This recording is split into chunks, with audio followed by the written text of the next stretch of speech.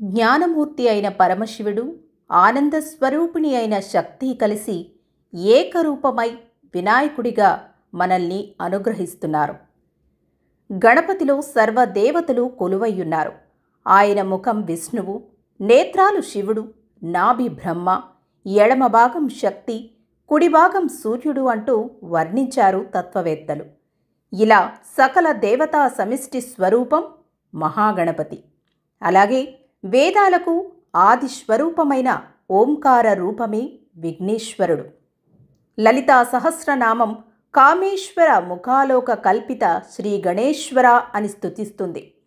లోకాలను పీడించే దుష్ట శక్తులను రూపుమాపేందుకే పార్వతీ పరమేశ్వరులు సంకల్పించి తమ చూపులతోనే వినాయకునికి రూపం దిద్దారట. విఘ్నాన్ని ఆయుధంగా ప్రయోగించి కార్యం సానుకూలం చేయగల విఘ్నుడు వినాయకుడు. విద్య, వినయం, వివేకం ప్రసాదించే వేలుపే వినాయకుడు. దేవ, అసుర, నర, నాగ వర్గాలన్నింటికీ విశిష్ట నాయకుడు. శరీరంలో మూలాధార చక్రానికి గణపతి ఆదిదేవత అని స్పష్టం చేసింది పతంజలి యోగశాస్త్రం. అలా భక్తులకు, జ్ఞానులకే కాదు యోగులకు కూడా ఆయన ఆరాధ్యనీయుడు. గణేశ, బ్రహ్మ, బ్రహ్మాండ తదితర పురాణాల్లో వినాయకుని ప్రస్తావన విస్తృతంగా కనిపిస్తుంది.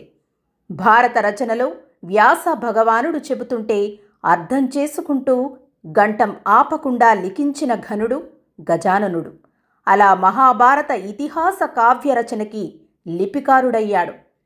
భారతానికి ప్రప్రథమ శ్రోత అనిపించుకున్నాడు. ఆనందాన్ని ప్రసాదించే గణపతిని హాస్యరసానికి అధినాయకుడిగా పేర్కొంటారు. ఆ గణాధిపుడు మనల్ని ఎంత నవ్విస్తాడో, గర్వం తలకెక్కితే తలపై అంత మొట్టికాయలు వేస్తాడు. సజ్జనులకు సదా శ్రేయస్సును అందిస్తాడు. వివేకం కోల్పోయినా, దారి తప్పినా విఘ్నాలు కల్పించి హెచ్చరిస్తాడు. పార్వతీ నందనుడు ప్రకృతి ప్రియుడు, పంటల దేవుడు కూడా. ఆకులతో పూజించిన వారి ఇంట ఆ స్వామి పచ్చని పత్రాల తోరణమై నిలిచి ఉంటాడట.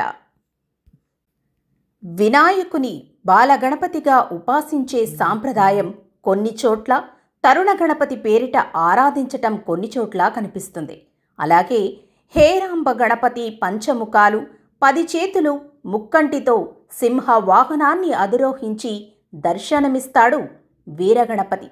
10 చేతుల్లోనూ ఆయుధాలను ధరించి ఉంటాడు. లక్ష్మితో కూడి లక్ష్మీ గణపతిగా, సిద్ధి బుద్ధి సహిత గణపతిగాను గోచారమవుతాడు. అదేవిధంగా నృత్య గణపతి మూర్తి ఎంతో రమ్యంగా, సమ్మోహనంగా కనిపిస్తుంది. బ్రహ్మదేవుడు భక్తి శ్రద్ధలతో వినయపూర్వక ప్రణామం చేసినప్పుడు వినాయకుడు ఆనందంగా అద్భుత విన్యాసాలను ప్రదర్శిస్తూ నర్తించాడట. ఆనాటి నుంచి గణేశ్వరుడు సంగీత నాట్యకళకు సాకారమై నిలిచాడు. వినాయక చవితి నాడు మనం పూజించే గణపతి వరసిద్ధి వినాయకుడు, కోరిన వరాలను అనుగ్రహించేవాడు. అలాగే మహాగణపతికి స్వస్తిక పద్మానికి అవినాభావ సంబంధం ఉంది. ప్రతిష్టలు, హోమాల్లో గణపతి స్థానంలో స్వస్తిక పద్మం వేసి పార్వతీపుత్రుని ఆరాధించటం ఆచారం. కొన్ని ప్రాంతాల్లో లింగాకార, సాలగ్రామ, యంత్ర రూపాల్లో గణపతిని ఆరాధిస్తుంటారు.